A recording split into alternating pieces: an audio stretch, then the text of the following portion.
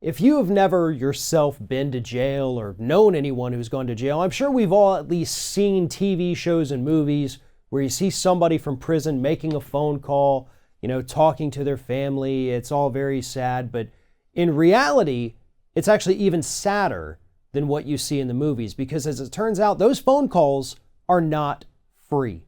And in some areas of the country, not only are they not free, but you've got to go through a company that has allegedly been price gouging consumers, prisoners, inmates, and their families. Joining me now to talk about this is Scott Hardy with TopClassActions.com. So Scott, tell us what we're dealing with here with this Global Tel Link. I believe, where is this kind of centered here? This is Pennsylvania is where we're seeing a lot of this take place, where this GTL actually has a virtual monopoly on prison phone calls. Lay this out for us. Yeah, it's really sad, and it's something that's happening to our poorer population, because what you've got when you're in prison, you can't just go to Costco or any convenience store and buy a phone card and give it to your loved one who's in jail and have them use that to make calls. No, you have to create an account with the provider who actually owns those pay phones. And Global Tel Link is one of the largest in the country that puts these phones in the prisons, and they say to the prisons, hey, we'll take care of the maintenance of the phone. So if it's broken, we'll fix it. You don't have to worry about it. We'll do that all at no cost. You just let us put these phones in your prisons, and then we'll go ahead and try to figure out some ways to potentially kick back money to the private prisons and just to the prisons as a whole as a thank you for allowing them to not just allegedly gouge, but they are gouging prisoners to make these phone calls and talk to loved ones, because they're not just sitting there and saying, hey, we're going to take this, let us go ahead and charge the 1 to 2 cents a minute or even 3 or 4 cents a minute to make calls through us. Because right now, nationwide phone calls, if you buy a phone card, it costs 1 to 2 cents a minute to talk to anybody nationwide. But if you're in prison and you're using one of these Global Tel Link phones, and you can't just buy a phone card, you have to create an account, you have to put in a credit card number, and that would be the loved one that's doing it for you. You're paying upwards of 20 to 30 cents a minute. So, it could be 10 to 30 times what you should pay if you were an average person. But because you're in prison and obviously aren't making any money anyways, they're going to choose to gouge you because you have no choice. And it's obviously affecting low-income families here in the United States a lot more than it would affect, the upper tier of people, because these may be families that can't afford to actually have conversations with their loved one who happens to be in jail. They may only be able to afford to be able to talk 10 minutes per month. And, so it cuts off the inmate from their family, cuts off the family from the inmate, and it creates a burden on them. They may not even have a credit card to where they could set up an account. And it's unjust. It adversely affects lower income people. And as you pointed out, this GTL group, they've kind of got this little kickback scenario working with these prisons in order to keep their monopolies in place, because there's no competition. It's not like, well, I don't want to use the GTL phone. I'm going to go down the hall and use a Verizon phone. I'm going to use the AT&T phone. Those don't exist.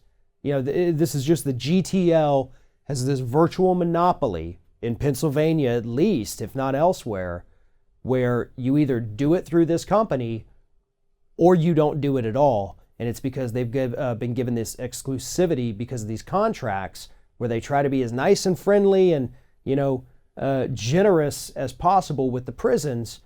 But in exchange, they're ripping people off 10 to 30 times, as you pointed out, the amount that they would charge a regular person outside of the prison. Right, exactly. I mean, you've got, in this class action, it lists a woman who said, okay, I'm going to buy $10 of minutes for my loved one in prison. So she puts $10 on the account. They charged a $3.33 administrative fee. And so that woman only had $6.67 left to actually use to talk to their loved one. Another woman put $20 on her credit card, but was subjected to a fee of $3.65, leaving only $16.35 that they could actually use to speak with their loved one. And this is not just Pennsylvania, we discussed here. This is a nationwide epidemic. And this class action was already filed, but in state courts. Now, those class actions against this one and another leading provider of payphones in prisons were thrown out because they were preempted by federal law. And so they were thrown out with prejudice, allowing you to refile those cases. And now you've got this class action that was filed in federal court, which will hopefully, since it is in federal court, there shouldn't be a preemption issue. But, you know, these cases, I mean, these guys are fighting really, really hard. I wouldn't be surprised to see a cease and desist from these guys for just reporting on it. But we'll see, because they are making money hand over fist. So they don't want anyone to intrude on their alleged monopoly. And, you know, because of that, they're doing everything they can to get these cases thrown out. They actually went through a whole ton of motions when these were filed in state court, which did lead up to it actually being thrown out. But with the federal court case now, hopefully we will not have a preemption issue where the defense will say, oh, this is a federal issue. You can't sue us in state court. Well, hey, look what happened. You're getting sued in federal court now.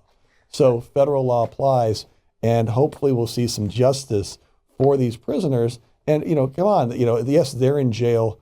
You know, they've been convicted of crimes, but this kind of goes onto the, you know, a reasonable punishment.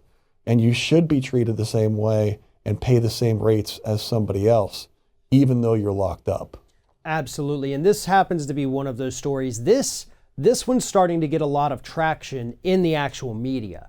You know, I've seen other outlets starting to report on this story, talking about what's happening with the price gouging of the inmates and their families. So this is going to be one that they're not going to be able to run away from, because finally we've got the actual, you know, some members of the national media starting to pay attention, starting to report on it.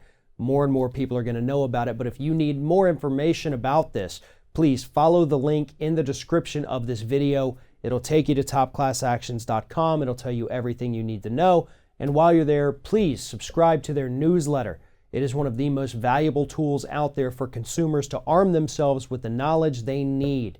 Scott Hardy with topclassactions.com. Always a pleasure talking to you. Thank you for staying on top of this stuff for us. Oh, you're welcome. Thank you very much for your time, Farron.